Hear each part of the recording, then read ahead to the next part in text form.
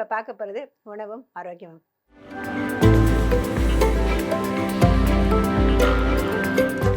எப்போதும் போல நம்மளுடைய சந்தேகங்களை தெளிவுபடுத்துவதற்காக கற்பகவல்லி வந்திருக்காங்க.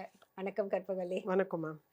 இந்த வெயில் காலத்துல பாத்தீங்கன்னா புரோட்டீன் ரிச்சா நம்ம வேணும்னு சொல்லிட்டு நிறைய எடுத்துக்கிறோம். அது வந்து நம்ம உடல்ல உஷ்ணத்தை வந்து சூட்டை வந்து கிளப்பி விட்டுறது. அந்த மாதிரி ஆகாம இருக்கிறதுக்கு என்ன பண்ணணும்? அதுக்கு ஏதாவது ரெஸ்ட்ரிக்ஷன்ஸ் இருக்கா? என்ன இருக்குன்னு சொல்லிட்டு சொன்னா நல்லா இருக்கும். நிச்சயமா மேம் பேசலாம்.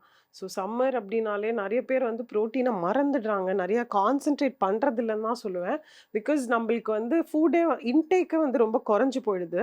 ஸோ நிறைய லிக்விட்ஸ் தான் சர்ச் பண்ணுது பாடியே. ரொம்ப தண்ணி குடிக்கலாமா இல்லை ஃப்ரூட் ஜூஸஸ் குடிக்கலாமா இந்த மாதிரி தான் இருக்கிற சம்மர் ஹீட்னால. ஸோ ப்ரோட்டீன் வந்து முதல்ல இன்டேக் வந்து ஓவராலாகவே உங்களோட ஒரு த்ரூ அவுட் த டே அந்த மீலில் வந்து கம்மியாக தான் இருக்குது பொதுவாகவே. ஸோ அதனால தான் சம்மரில் பார்த்தீங்கன்னா நிறைய ஹேர் ஃபாலாக இருக்கட்டும், ஸ்கின் ட்ரை ஆகிறது இருக்கட்டும், இந்த மாதிரி நிறைய சிம்டம்ஸ் பாடியில் பார்க்கலாம். ஸோ அதுக்கு ரீசன் வந்து நான் தண்ணி குடிக்கல அப்படிங்கிறது ஒன்றா இருந்தாலுமே ப்ரோட்டீன் ரொம்ப கம்மியாக சாப்பிடும்போது ஹேர் ஃபால், ஸ்கின் ட்ரை ஆகுறது, ஸ்கின் பிரேக் அவுட் ஆகுதுன்னு வாங்க வெடிக்கும். ஸோ இதெல்லாம் வந்து நிறைய காமனாக இருக்கும். ரீசன் மெயின் பிகாஸ் என்னன்னா ப்ரோட்டீன் இன்டேக்கை நீங்கள் கம்மியாக எடுத்துக்கிறது.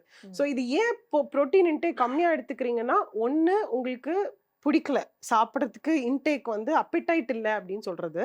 ஸோ செகண்ட் வந்து வாட்டர் கண்டென்ட் வந்து ஜாஸ்தியாவோ இல்லை கம்மியாவோ தேவைப்படும்.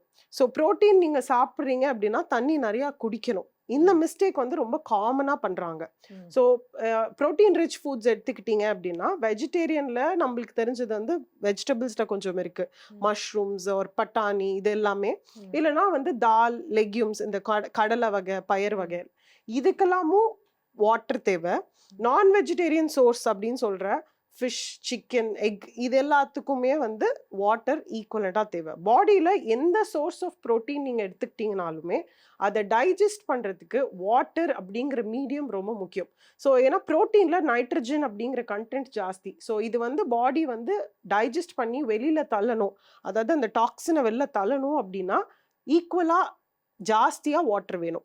ஸோ வாட்டராக மட்டும், அது தண்ணி அப்படிங்கிற மீடியமாக மட்டும் இல்லாமல் வாட்டர் ரிச் ஃபுட்ஸாகவுமே எடுத்துக்கலாம். ஸோ நீங்கள் ப்ரோட்டீன் இன்டேக் எடுக்கிறீங்க அப்படின்னா வெள்ளரிக்காய் நிறைய எடுத்துக்கிறது, வாட்டர்மெலான் நிறைய எடுத்துக்கிறது, இந்த சொரக்காய், இந்த காட்ஸ்ன்னு சொல்லுவோம் இல்லைங்களா, அந்த வகை ஆஃப் வெஜிடபிள்ஸ் நிறைய எடுத்துக்கிறது, அண்ட் ஆல்சோ வாட்டர்.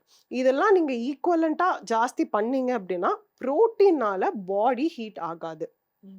ஸோ இந்த வெயில் காலம் வந்துட்டாலே சிக்கன் சாப்பிட்டா சூடாயிடுமா அப்படின்னு கேட்பாங்க.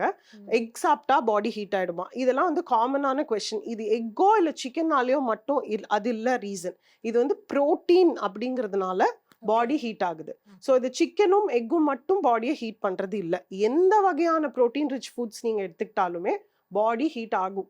அதுக்கு வந்து ரீசன் நீங்கள் தண்ணி வந்து கம்மியாக குடிக்கிறதுனால. ஆல்ரெடி நான் 2 லிட்டர்ஸ் குடிச்சிட்டு இருக்கேன், இப்போ வந்து அதுதானே குடிக்கிறேன், ஆனாலும் பாடி ஹீட் ஆகுது அப்படின்னா நம்மளோட எனர்ஜி இன்டேக் அதுவாகவும் நீடு வந்து ரொம்ப ஜாஸ்தியாகவும் இருக்கு சம்மர்ல.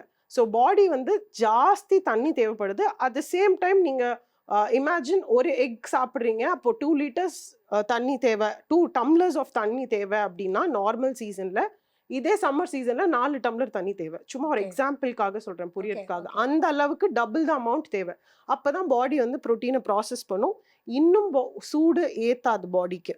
ஸோ கூலண்ட் ஃபுட், அதாவது இந்த தண்ணி, காய்கறிகள், தண்ணி இதெல்லாமும் ஜாஸ்தி படுத்துங்க. அட் த சேம் டைம் ப்ரோட்டீனை விட்டுறாதீங்க, பாடி ஹீட் ஆகுது அப்படிங்கிறதுனால.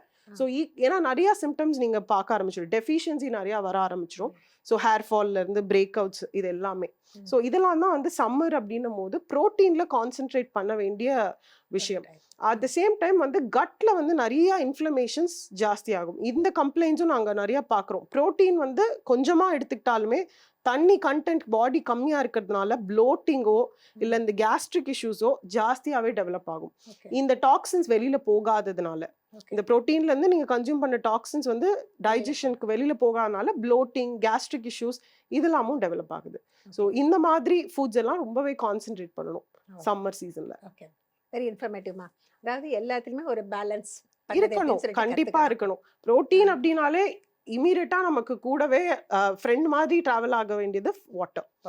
இது எந்த சீசனுக்குமே சம்மருக்கு கொஞ்சம் எக்ஸ்ட்ரா கான்ஷியஸா நம்ம எடுத்துக்கணும்.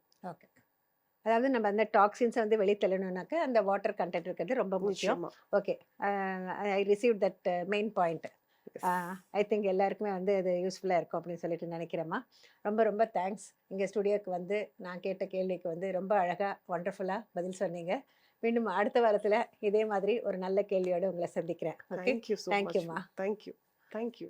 அடுத்த வாரம் சந்திக்கும் வரை விடைபெறுவது உங்கள் மல்லிகா பத்ரிநாத். வணக்கம்.